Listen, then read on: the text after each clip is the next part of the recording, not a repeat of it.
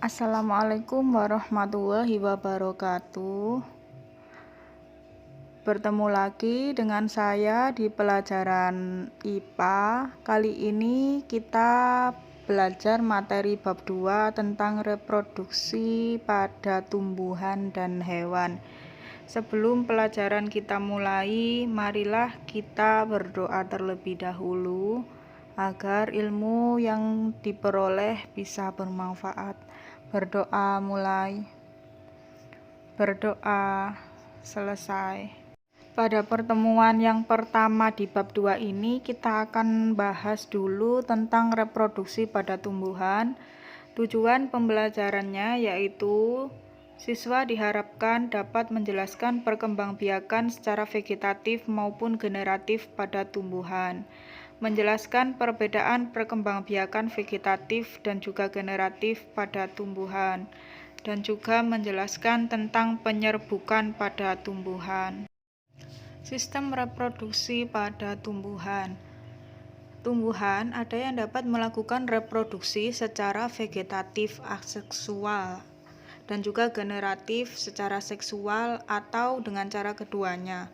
Reproduksi vegetatif yaitu cara reproduksi tanpa didahului oleh peleburan sel kelamin jantan dan betina. Sedangkan reproduksi generatif yaitu cara reproduksi yang didahului oleh peleburan sel kelamin jantan dan sel kelamin betina. Reproduksi vegetatif pun dibagi menjadi dua, yaitu alami dan buatan. Reproduksi vegetatif alami pada tumbuhan misalnya melalui rizoma, umbi lapis, umbi batang, umbi akar, tunas adventif, stolon, dan juga pembentukan spora. Dan untuk contohnya tumbuhannya ada di layar ya. Kalian bisa melihat dan membacanya, mana yang termasuk umbi lapis, mana yang termasuk umbi batang. Untuk lebih jelasnya, kalian bisa menyimak gambar yang ada di layar. Yang pertama ada gambar kunyit. Kunyit berkembang biak dengan rizoma. Kemudian ada bawang merah dengan umbi lapis, kentang dengan umbi batang, cocor bebek dengan tunas adventif, stroberi berkembang biak dengan stolon, dan juga contoh yang terakhir yaitu contoh pembentukan spora pada lumut. Selanjutnya yaitu reproduksi vegetatif buatan. Reproduksi vegetatif buatan dapat dilakukan dengan cara merunduk, mencangkok, menempel, dan juga stek. Masing-masing reproduksi vegetatif buatan tersebut memiliki kelemahan dan kelebihan masing-masing. Selanjutnya, reproduksi generatif pada tumbuhan berbiji. Reproduksi generatif atau secara seksual pada tumbuhan tingkat tinggi. Contohnya terjadi pada tumbuhan berbiji tertutup atau Angiospermae. Tumbuhan berbiji tertutup memiliki bunga. Bunga merupakan alat reproduksi generatif. Alat reproduksi generatif pada bunga terdiri atas benang sari sebagai alat kelamin jantan dan juga putik berfungsi sebagai alat kelamin betina.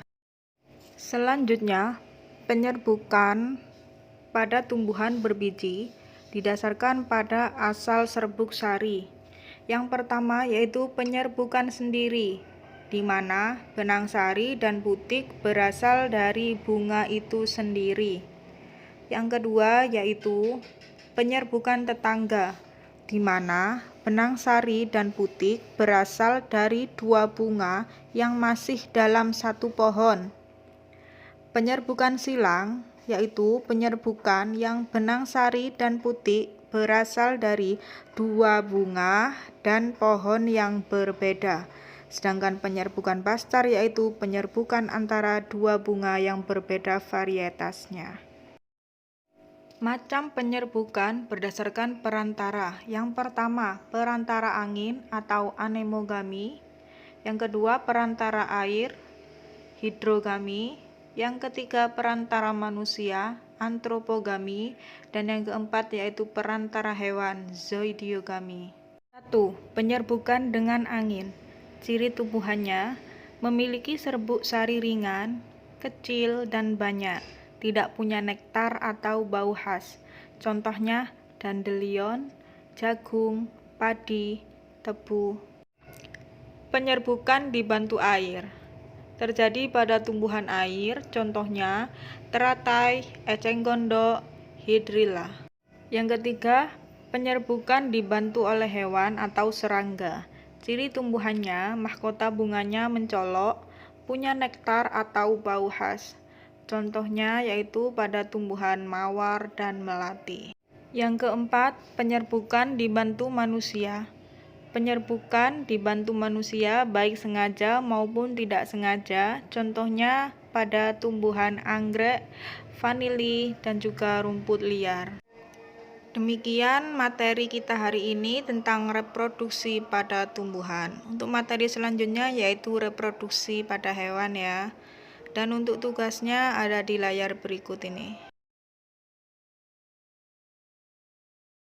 Baik, saya akhiri pembelajaran kita hari ini. Terima kasih atas waktunya. Selamat belajar.